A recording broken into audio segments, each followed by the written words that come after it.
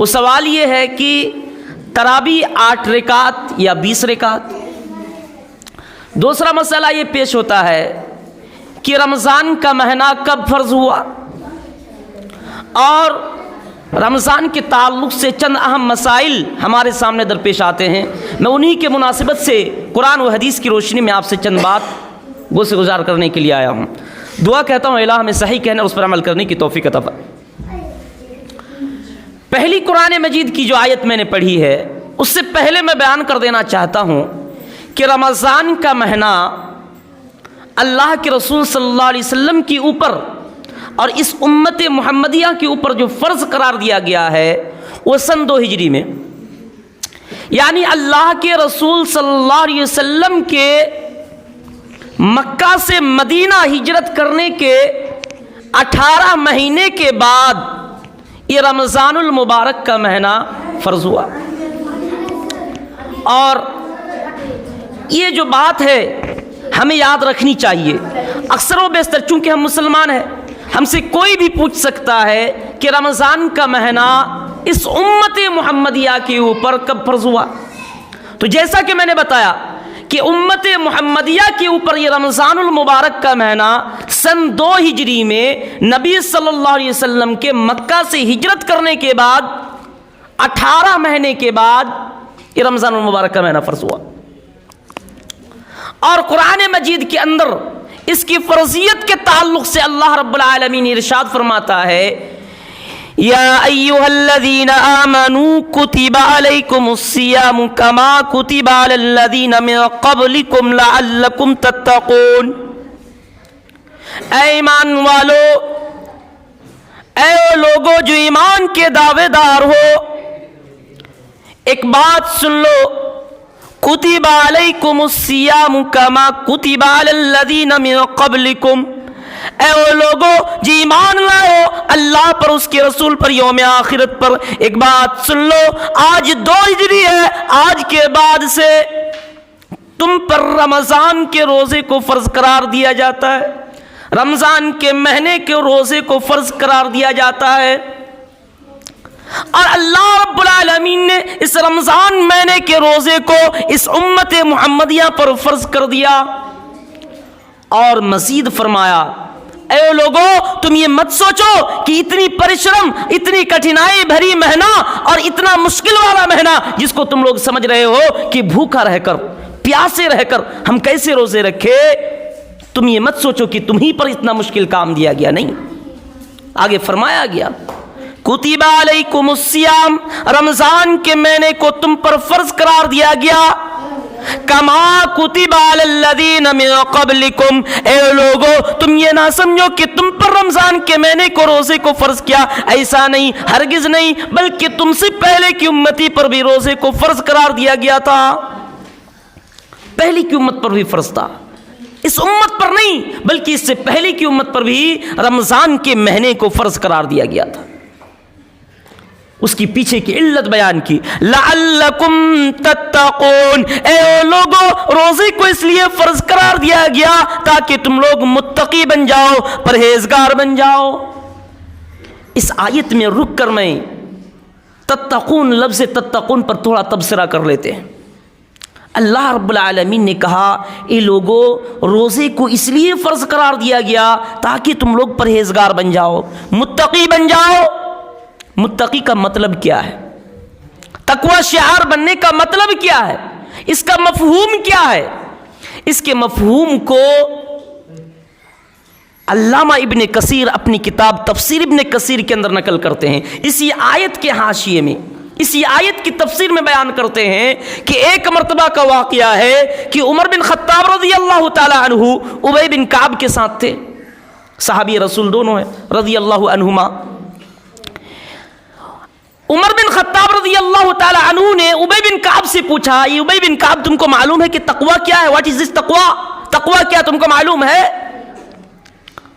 ابی بن کعب نے کہا کہ تقوی یہ ہے کہ ایک انسان ایک راستے سے چل رہا ہے اور اس راستہ اتنا تنگ ہے کہ اس کے دائیں جانب کانٹے دار درخت ہے، بائیں جانب بھی کانٹے دار درخت ہے، اور راستہ اتنا تنگ ہے کہ خدا نہ خواستہ کانٹا لگ گیا تو شریر کو زخمی ہو سکتا ہے، اور اس کو اس راستے کو پار کر کے ان کو اپنا منزل پانا ہے، وہ انسان کیا کرتا ہے؟ اس کانٹے دار جھاڑی دار جنگل سے وہ انسان خود کو بچاتے ہوئے، کپڑے کو سمیٹتے ہوئے وہاں سے نکلتا ہے۔ ایسے نکلنے کو وہ انسان محفوظیت کے ساتھ جو نکلتا ہے، یہی تقویٰ ہے کہ ایک انسان جب اللہ سے ڈرتا ہے، تقویٰ شعار بن جاتا ہے، تو دنیا کی محظورات سے، دنیا کے تمام تر گناہوں سے وہ بچنے لگتا ہے، اور وہ گناہوں سے بچ کر وہ اللہ کے راستے کو، اللہ آخری منزل کو وہ تلاش لیتا ہے، اس کو مکمل کر لیتا ہے۔ عزیز بچوں، تقویٰ کا مطلب یہی ہے کہ ہم اپنے دامن کو، ہم اپنے آپ کو محظورات سے، گناہوں سے، برائیوں سے اس طرح بچائے جیسے ہم ایسے راستے میں چلے جو راستہ بالکل کانٹے دار ہو، اس سے اپنے بدن کو بچاتا ہوا چلتا ہوں، ویسے ہی ہم کو اس دنیا میں ہم کو اپنے آپ کو ایسے گزارنا ہے جیسے اس کانٹے دار درخت سے بچتا ہوا میں نے راستے کو پار کیا۔ ہمارے دائیں جانب بھی گناہ، بائیں جانب بھی گناہ، آگے میں بھی گناہ، تمام تر گناہ نظرات، گناہ کے اثرات، مضر اثرات، محظورات ہمارے سامنے آ پڑتی ہے۔ ہم ان تمام گناہوں سے بچنے کے لیے اللہ رب العالمین نے تقویٰ کو ہم پر، رمضان کو ہم پر فرض کیا تاکہ اس کے ذریعے سے ہم تقویٰ شعار بن جائے۔ قرآن مجید کی اس آیت کے اندر اللہ رب العالمین نے رمضان کی فرضیت کا سبب کیا بتایا؟ تاکہ لوگ متقی و پرہیزگار بن جائے۔ اچھا، اس رمضان کی فرضیت کے سوا یہ رمضان المبارک کا مہینہ دین اسلام کا ایک اہم رکن بھی ہے۔ رمضان مہینہ فرض ہے، یہ اجماع امت سے، قرآن و حدیث کے اثرات سے ثابت ہے، لیکن یہ رمضان کے مہینے کا اگر کوئی شخص انکار کرتا ہے یا جان بوجھ کر روزہ چھوڑ دیتا ہے، گویا کہ انہوں نے دین اسلام کے ایک حصے کا، ایک اہم رکن کا انکار کرتا ہے، اور جو شخص دین اسلام کا انکار کر دے وہ دین اسلام سے خارج ہو جاتا ہے، خارج عن الملہ ہو جاتا ہے، یعنی وہ کافر بن جاتا ہے۔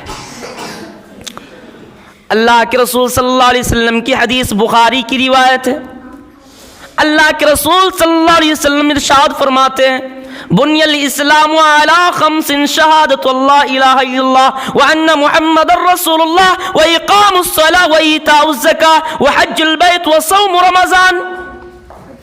اللہ کے رسول فرماتے ہیں، اے لوگو، تم پر دین کی بنیادیں 5 چیزوں پر رکھی گئی ہے۔ پہلی چیز شہادتین کا اقرار کرنا کہ اللہ کے سوا کوئی معبود برحق نہیں اور محمد اللہ کے رسول صلی اللہ علیہ وسلم ہے۔ نماز قائم کرنا، زکوٰۃ دینا، حج کرنا، وہیں پہ ایک رکن جو ہے ہمارے سامنے حاضر ہے، وہ رمضان المبارک کا مہینہ۔ یہ رمضان المبارک کا مہینہ بھی دین اسلام کا ایک اہم رکن ہے، اسے ہم رکن سمجھ کے اس کو ہم ادا کرتے ہیں۔ یہ رمضان المبارک کی فرضیت کے تعلق سے تھا۔ جو اہم باتیں تھی، رمضان المبارک کا مہینہ سن 2 ہجری میں فرض ہوا۔ دوسری چیز، یہ صرف فرضیت کے ساتھ ساتھ دین کا ایک اہم رکن بھی ہے، اور اس کو فرض کرنے کا جو مقصد بتایا گیا وہ ہے تقویٰ شعار بن جانا، تقویٰ پرہیزگار والا بن جانا۔ یہ دونوں چیزیں رکھی گئی ہے۔ ایک سوال یہاں پہ چھوڑ کے جاتا ہوں، اگر کوئی شخص رمضان المبارک کے مہینے کو پائے اور تقویٰ شعار نہ بنے، گناہوں سے نہ بچے، تو ایسے لوگوں کے تعلق سے کیا کہیں گے؟ گویا کہ انہوں نے رمضان المبارک کے مہینے کا روزہ رکھا لیکن حقیقی معنی میں نہیں، بلکہ جو صوم کی تعریف کی جاتی ہے، صوم کے معنی کسی چیز کو ترک کر دینا، کسی چیز کو چھوڑ دینا۔ الصوم کے معنی کسی چیز کو چھوڑ دینا، اور اس کی جو شرعی تعریف کی جاتی ہے، اس شرعی تعریف کے اندر یہ پایا جاتا ہے کہ انسان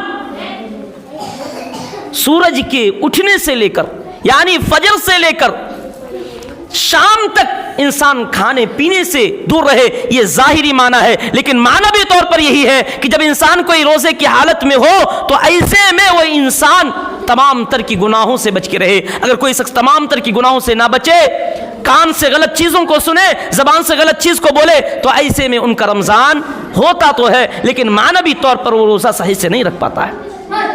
یہ رمضان کے تعلق سے سرسری بات تھی۔ اب آئیے اس رمضان کی فضیلت کے بارے میں جانتے ہیں. اس کے لیے میں سب سے پہلے بخاری کی روایت کو آپ کے سامنے بیان کرنا چاہتا ہوں. راوی حدیث حضرت ابو ہریرہ ہے. حدیث کچھ اس طرح سے ہے: ان ابی ہریرہ رضی اللہ تعالی عنہ قال قال رسول اللہ صلی اللہ علیہ وسلم اذا دخل رمضان فتحت ابواب الجنہ وغلقت ابواب النار وصفدت الشیاطین. رواہ مسلم فی کتاب الصیام. اللہ کے رسول صلی اللہ علیہ وسلم کی روایت ہے. ابو ہریرہ بیان کرتے ہیں کہ اللہ کے رسول صلی اللہ علیہ وسلم نے فرمایا: اذا دخل رمضان، جب رمضان کا مہینہ آ جاتا ہے، فتحت ابواب الجنہ، تو اللہ رب العالمین جنت کے دروازے کو کھول دیتا ہے. وصفدت الشیاطین، اور شیاطین کو جکڑ دیتا ہے. وغلقت ابواب النار، اور جہنم کے دروازے کو بند کر دیتا ہے. اس حدیث کی روشنی میں پتہ یہ چلتا ہے کہ اللہ رب العالمین جب رمضان کا مہینہ آتا ہے تو ایسے میں جنت کے دروازے کو کھول دیتا ہے اور جہنم کے دروازے کو بند کر دیتا ہے، اور جو شیاطین ہوتے ہیں اللہ رب العالمین ان کو جکڑ دیتا ہے، ان کو باندھ دیتا ہے، تاکہ وہ شیاطین انسان کو گمراہ نہ کر سکے، انسان کو راہ راست سے بھٹکا نہ سکے، راہ راست سے ان کو ہٹا نہ سکے. اسی لیے اللہ رب العالمین شیاطین کو جکڑ دیتا ہے، شیاطین کو زور سے باندھ دیتا ہے تاکہ وہ اپنے بندے کو گمراہ نہ کر سکے. یہ رمضان کی پہلی فضیلت ہے. اس سے بڑی فضیلت کیا ہو سکتی ہے کہ اللہ رب العالمین اس مہینے کی فضیلت کی وجہ سے جنت کے دروازے کو کھول دیتا ہے اور جہنم کے دروازے کو بند کر دیتا ہے اور شیاطین کو بھی باندھ دیتا ہے. آپ کی معلومات کے لیے بتا دوں کہ جہنم کے 7 دروازے ہیں. لہا 7 ابواب لکل باب منہم جزء مقسوم. جہنم کے 7 دروازے ہیں. وہیں پہ اللہ رب العالمین نے جنت کے 8 دروازے متعین کیے. آخر ایسا کیوں؟ جب جنت کا 7 دروازہ ہے تو جہنم کا بھی، جب جہنم کا 7 دروازہ ہے تو جنت کا بھی 7 دروازہ ہونا چاہیے تھا. لیکن نہیں، اللہ کے رسول صلی اللہ علیہ وسلم نے بتایا کہ اللہ رب العالمین نے جہنمیوں کے لیے 7 دروازے بنائے ہیں، لیکن جو جنتی ہے ان کے لیے 7 جنت ہے، ان کے لیے 7 دروازے بنائے ہیں. خصوصی طور پر ایسے لوگوں کے لیے اللہ رب العالمین نے ایک خاص دروازہ بنایا ہے جو لوگ روزے دار ہوتے ہیں، جو لوگ رمضان کے مہینے کی پابندی کرتے ہیں. اللہ کے رسول صلی اللہ علیہ وسلم نے ایک حدیث قدسی کے اندر اس رمضان المبارک کے مہینے کی فضیلت کو بتایا ہے. میں چاہتا ہوں کہ اس رمضان المبارک کے مہینے کی فضیلت کو آپ کے سامنے بیان کر دوں. اللہ کے رسول صلی اللہ علیہ وسلم ارشاد فرماتے ہیں، ابو ہریرہ بیان کرتے ہیں، ان ابی ہریرہ رضی اللہ تعالی عنہ عن النبی صلی اللہ علیہ وسلم یقول اللہ عز وجل الصوم لی وانا اجزی به یدعو شهوته واکله وشربه وللصائم فرحة حين يفطر وفرحة حين يلقى ربه ولخلوف فم الصائم اطیب عند اللہ من ریح المسک. بخاری کی روایت ہے، کتاب التوحید کے اندر اللہ کے رسول اس حدیث کو لاتے ہیں. اللہ کے رسول فرماتے ہیں، اے وہ لوگو، اللہ رب العالمین فرماتا ہے الصوم لی، یہ روزہ رمضان المبارک کا مہینہ میرے لیے ہے، وانا اجزی بہ، اور اس کا بدلہ میں خود دوں گا. پوری کتاب کے اندر، حدیث کے اندر کوئی بھی عبادت اس طرح کے لفظ کے ساتھ، حالانکہ ہر عبادت اللہ ہی کے لیے ہے. قل ان صلاتی و نسکی و محیای و مماتی للہ رب العالمین، ساری عبادتیں اللہ کے لیے ہے. لیکن اللہ رب العالمین نے جو یہاں طرز استعمال کیا، اللہ رب العالمین جو جملے کا چین کیا، اللہ کے رسول کے زبانی بتلایا، اس پر غور کیجئے. الصوم لی، یہ رمضان المبارک کا مہینہ کا جو روزہ ہے یہ میرے لیے ہے، وانا اجزی بہ، اور اس کا بدلہ میں خود اپنے ہاتھ سے دوں گا. والصوم جنۃ، اور یہ رمضان المبارک کا مہینہ ڈھال ہے، ڈھال ہے. یدعو شہوتہ، انسان اس رمضان المبارک کے مہینے میں خواہشات سے روکے رہتا ہے. وَأَكْلَهُ، کھانے سے روکے رہتا ہے. وَشُرْبَهُ، پینے سے روکے رہتا ہے. کچھ بھی نہیں کرتا ہے، کچھ بھی نہیں کرتا ہے، تمام تر گناہوں سے بچنے کی کوشش کرتا ہے.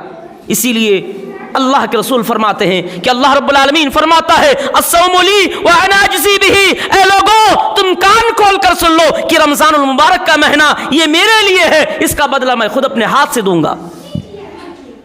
شرط ہے کہ تم رمضان المبارک کے مہینے میں اپنے خواہشات سے بچو، کھانے پینے سے بچو، اس کے عوض میں تم کو اپنے ہاتھ سے دوں گا.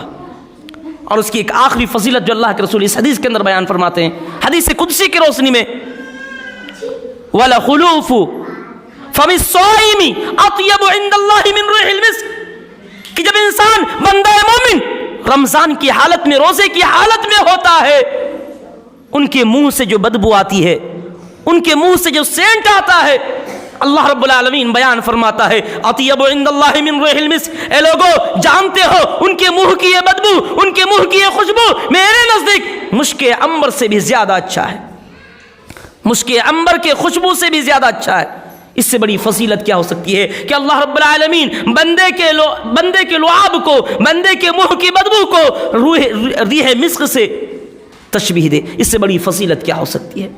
عزیز بچوں، اس رمضان المبارک کے غرامین حضرات، اس رمضان المبارک کے مہینے کی فضیلت اس آیت کی، اس حدیث کی روشنی میں آپ کتنا سمجھ سکتے ہیں؟ اتنا سمجھیے کہ رمضان المبارک کا مہینہ اتنا بہترین مہینہ ہے کہ اللہ کے رسول ایک حدیث کے اندر فرماتا ہے کہ جب قیامت کے دن لوگ ادھر ادھر منتشر ہوں گے، ایک ندا دینے والا پکارے گا این الصائمون، روزے دار کہاں ہے؟ رمضانی کے روزے رکھنے والے کہاں ہیں؟ صائمین حضرات کہاں ہیں؟ لوگ آئیں گے، ہم لوگ ہیں۔ ان لوگوں سے کہا جائے گا یہ باب الریان ہے، یہ باب الریان ہے، یہ جنت کا ایک دروازہ ہے، اس دروازے سے روزے دارو تم لوگ داخل ہو جاؤ۔ اس سے بڑی فضیلت کیا ہو سکتی ہے؟ رمضان کے مہینے کے روزے رکھنے والے کی ایک الگ فضیلت ہے کہ قیامت کے دن خصوصی طور پر ایک ندا دینے والا ان کو پکارے گا، اور رمضان المبارک کے مہینے کے روزے رکھنے کی وجہ سے اللہ رب العالمین ان کو جنت میں ڈالے گا۔